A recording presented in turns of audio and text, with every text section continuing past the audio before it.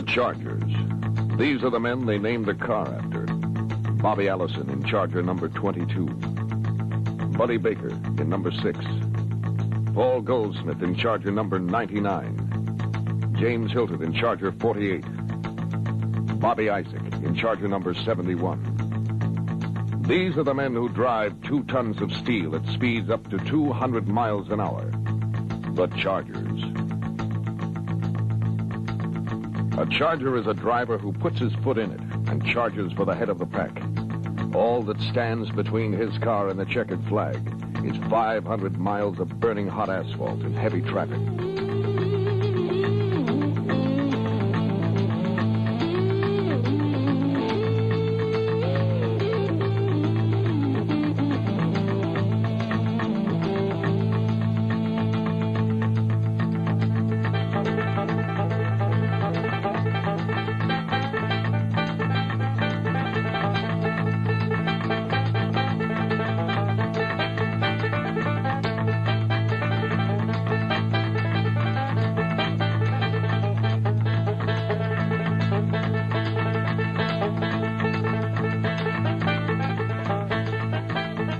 This is what over 52 million people pay to watch every year. Auto racing, the second largest spectator sport in America. Their heroes are the drivers. To them, a race driver is a pitcher hurling a shutout, a quarterback completing the long bomb, a batter smashing a grand slam home run. It takes a lot more than a lead foot to win a grand national stock car race. This is no Sunday afternoon pleasure drive. It's a full-time job for a team of highly skilled, experienced professionals. Professionals like Mario Rossi, who prepares Charger number 22, the one Bobby Allison wheels. Initial preparation begins days before leaving for the track. A new engine is installed, 600 horses of finely tuned power. The car's suspension is set for the conditions they expect to find at the track. They've been there before. No one punches a time clock in this business called racing. It takes hours of work to save fractions of seconds on race day. At night, in an aircraft hangar in Spartanburg, South Carolina, the Rossi crew and Bobby Allison work to shave those precious seconds off their pit stop times. Races can be won in the pits. If a pit crew can change 2 tires, put in 22 gallons of gas, clean the windshield, and give the driver a Coke in 20 seconds instead of 25, it can mean the difference between victory and defeat. Practice makes perfect, and this is just the beginning. You notice any trouble in gas? What was that time on that one? Well, it was 27 something. 27:20. Well, with me testing, you just missed it. Okay, that's what we're here for. Yeah. 5 or 6 days before the race, the teams are at the track. They're here to practice, to work, to set their machines for this super speedway. The cars are weighed in. Templates are applied to see that the body configurations match factory specifications. The engines have been inspected to see that they do not exceed regulation cubic inch displacement. Safety equipment is checked, including the fuel cells, which have replaced conventional gas tanks to virtually remove the danger of fire. Now the endless rounds of practice laps begin. In a tenth of a second, 30 feet of racetrack can pass under a car, the length of a football field in 1 second. Each minute adjustment in the fuel mixture, the caster and camber of wheel alignment, a pound of pressure in a tire, can shave an all-important fraction of a second from the time it takes a car to get around that track. The cars come in, problems are discussed, adjustments are made, and the cars go out again to run against the clock.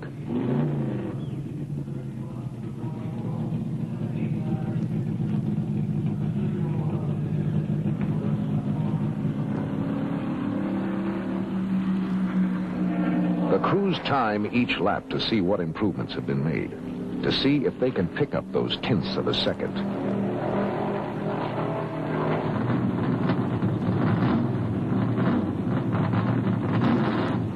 The chassis setup on the cars is one of the most important factors now. Chassis setup determines how the car will handle through the turns. If the car is too loose, the rear end has a disturbing tendency to break loose in the turns, trying to throw the car into a spin. If a car is pushing, It's not responding to the steering wheel as fast as it should. In a turn, a pushing car can lead to an unpleasant encounter with the rail.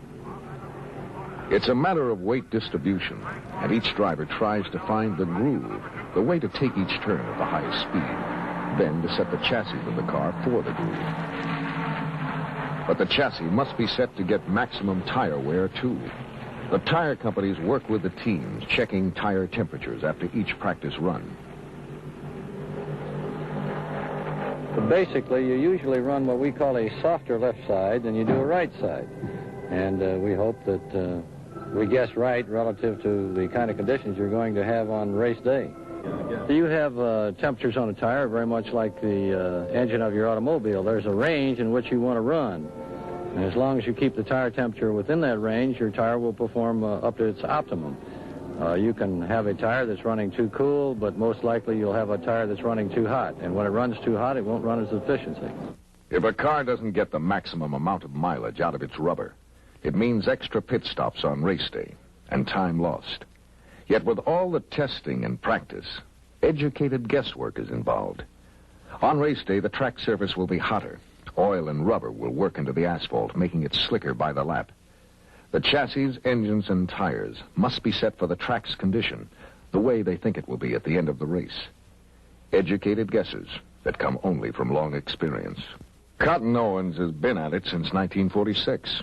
First as a great driver himself, and now the master mechanic who prepares Charger number 6 that Buddy Baker drives. Gotten to be where before we take the car and we'd go run a 30 lapper somewhere or a 50 lapper and bring the car back home, wash it up, clean it up, and put it in the garage. About a day before the next race, we'd go out and wash it again to get the dust off of it and check out the engine and go racing again. So now it's just a constant round-the-clock work on one of these cars. We're actually running 180 miles an hour with to 190. Professionals like Harry Hyde, the man behind Bobby Isaac's Charger, number 71.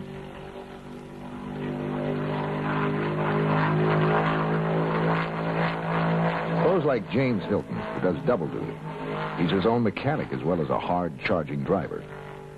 Things are looking up. We're running third in points right at the present, and we got a chance to win the championship this year. And Mario Rossi constantly working to chop those fractions of a second off Bobby Allison's lap times in Charger number 22.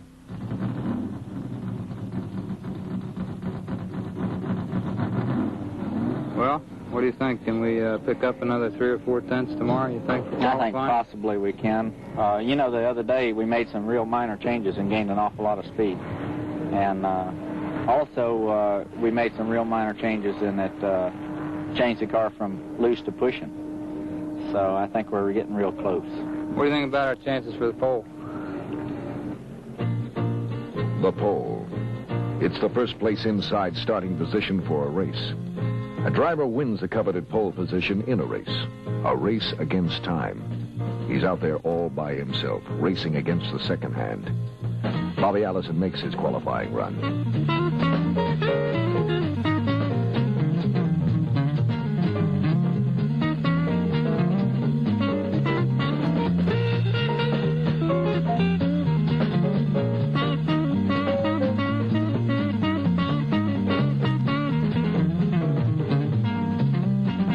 Bobby Isaac in Charger 71 makes his try. The fastest man today gets that starting pole position. It'll give him a jump. When you start a race in front, you don't have to fight your way through traffic to get into the lead. You're already there. Your only problem is staying there for 500 miles.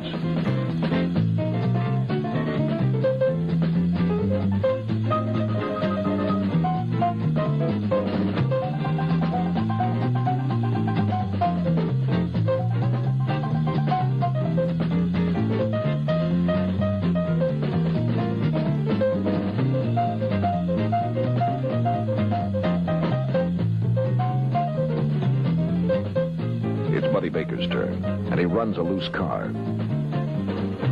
Getting that pole means a lot to a driver. It means he's the fastest that day.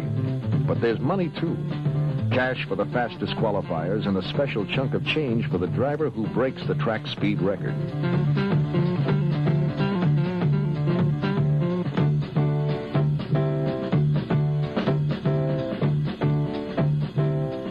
after qualifying, NASCAR officials impound the qualifying tires. Those very same tires must be remounted on the cars on race day and used to start the race. The pole position is won. For this race, only 0.8 of a second separate the first 8 starting positions. There'll be more qualifying for the other starting positions tomorrow. There'll be more practice tomorrow. But now, the cars are covered for the night.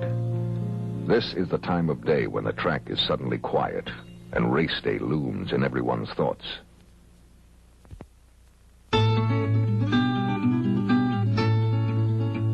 You can practice throwing a baseball or kicking a football in your own backyard.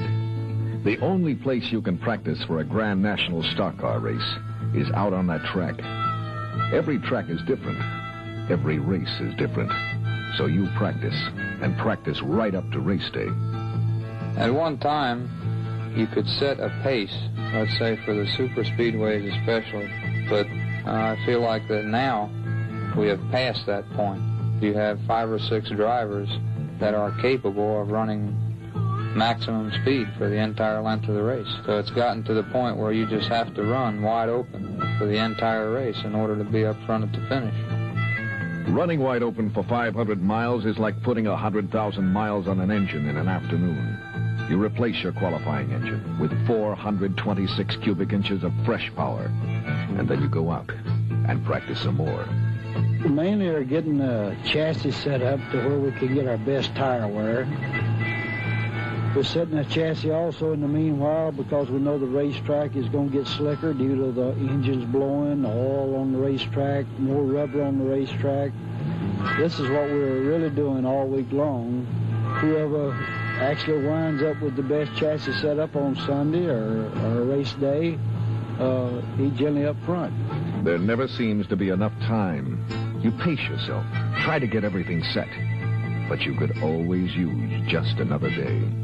You try to set up for the end of the race, and you have to use your better judgment as to how you got your car set up as to where you think at the end of the race it'll still be competitive. And this is something you sort of have to gamble at or take a shot at and hope that you're right. Whether it's Charlotte, Darlington, Daytona, Atlanta, or Rockingham, you get to know that track like your own driveway. But by race morning, I think all the drivers, let's say, have really oriented themselves with that particular racetrack to the point where they know every bump, anything that might give them any trouble during the race, and they have a pattern picked out in their minds when they drop the flag. It's the pattern that he's going to try and follow. Race day. The fans come early, some the night before in campers and tents to camp out on the infield. Anywhere from 50 to 100,000 strong they come. To Daytona, Atlanta, Charlotte, Darlington, Rockingham, wherever there's a Grand National race. In the garage area, the impounded qualifying tires are remounted for the start of the race under the watchful eyes of the NASCAR officials. One final inspection, and the cars are wheeled into their starting positions. No more practice now. No more changes. The cars are ready to run for the checkered flag. The chief race steward calls the drivers and crews together to review the rules. Any infraction of the rules can penalize a driver a lap. No driver wants the black flag waved at him. The drivers' meeting over, the pre-race festivities begin.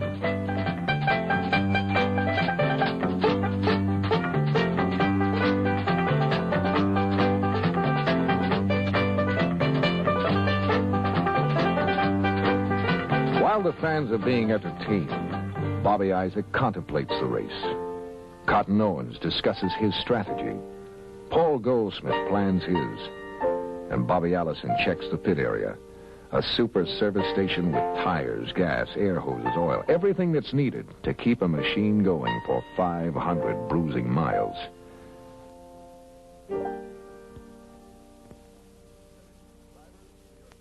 Then it's drivers to your cars.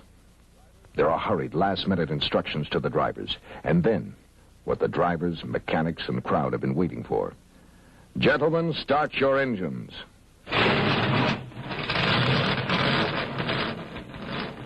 Behind the pace car, the drivers begin the parade lap. Speed picks up through the pace laps until the NASCAR official starter is satisfied with every car's position.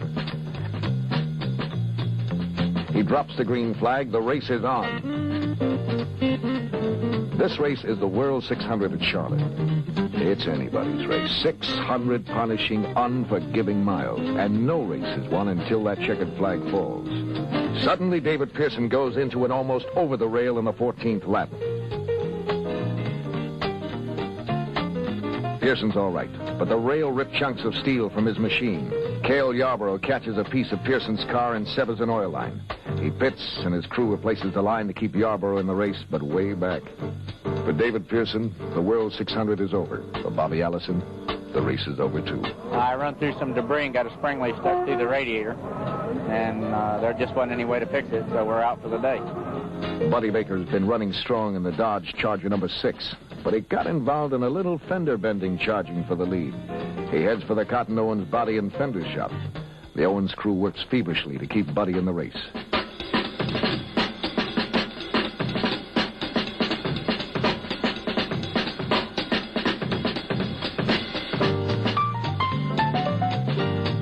But that bent sheet metal acts like an airfoil, lifting the front end, giving Buddy light steering.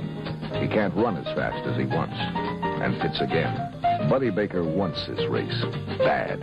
He and his Dodge Charger won this World 600 last time out, and Baker wants to make it 2 in a row. The metal is pounded, bent, and pried back into something resembling a Charger, and Baker goes back into the business of racing. The race takes its toll of equipment.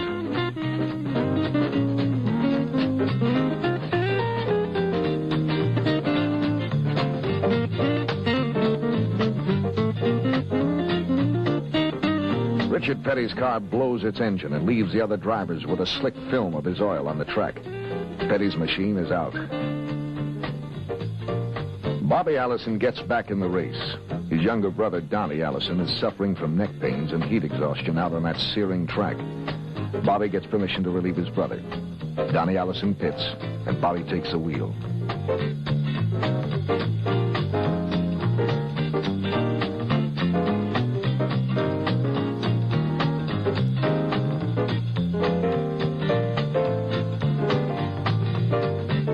Donnie goes for some cold water and oxygen, while Bobby Allison goes on to drive Donnie's car to a second-place finish behind Leroy Yarborough.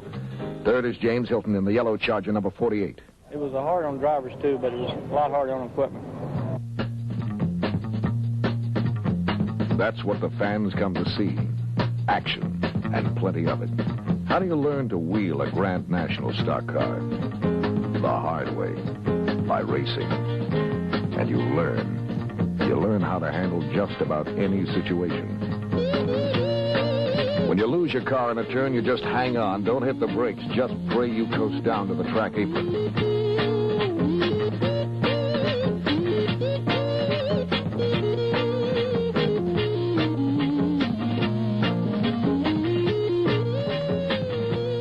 When another driver wrecks in front of you, you head right for him. When you get there, he won't be there, not at these speeds. And you stay close to the rail, inches away. That rail is your friend if you blow a tire. And it's a lot healthier to glance into the rail from inches away than to scream all the way across the track and try to go through it. You learn that the rail is a nice place to be when a tire blows. It's even nicer to be out front. That's where Bobby Allison was at the Rebel 400 in Darlington, South Carolina. The pit stop practice paid off for the Mario Rossi crew. They haven't wasted a motion. They've cut those precious seconds from their pit stops.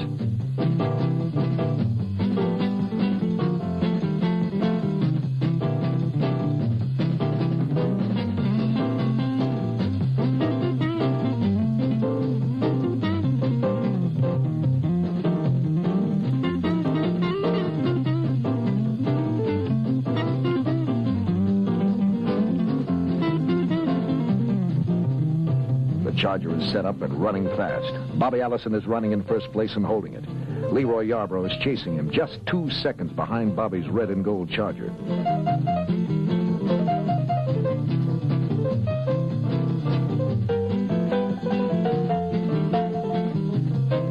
But Bobby is running low on gas.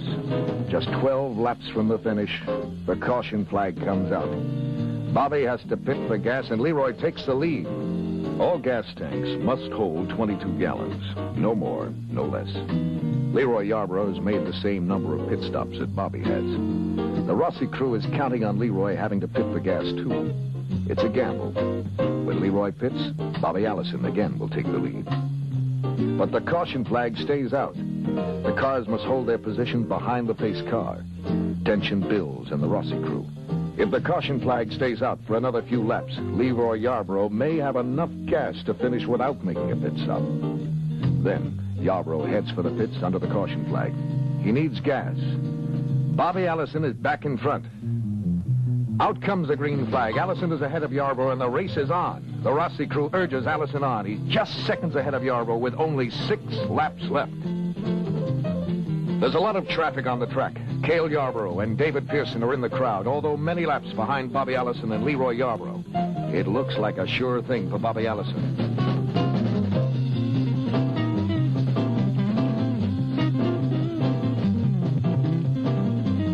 Suddenly, Allison and Leroy Yarborough tangle coming out of the first turn. Bobby Allison's Charger smashes into a concrete abutment. Leroy Yarborough regains control of his machine. The race ends under the caution flag with Leroy Yarborough declared the winner. Tempers flare. Certain victory snatched away at the last moment. That's racing. A race is never won until the checkered flag falls. But this race is over. There'll be another race, another day. Charger number 22 is demolished. Bobby and Leroy discuss the race. The fans strip the Charger for souvenirs. Bobby Allison joins his brother Donnie and their families for the trip home to Hueytown, Alabama. The Charger is loaded for the trip home to Spartanburg, South Carolina.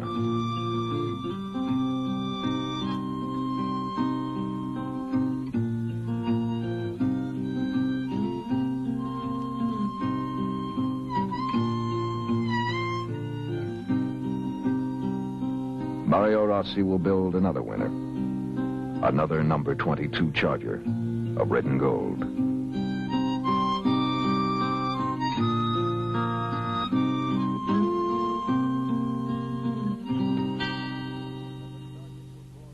And the Chargers will roar into victory lane again. The roll call of Charger victories is endless. Richmond, Birmingham, Bristol, North Wilkesboro, Darlington, Charlotte. Everywhere the Chargers have taken the checkered flag. Bobby Allison, Buddy Baker, Paul Goldsmith, James Hilton, Bobby Isaac. The men they named the car after. Men who have earned the name. The Chargers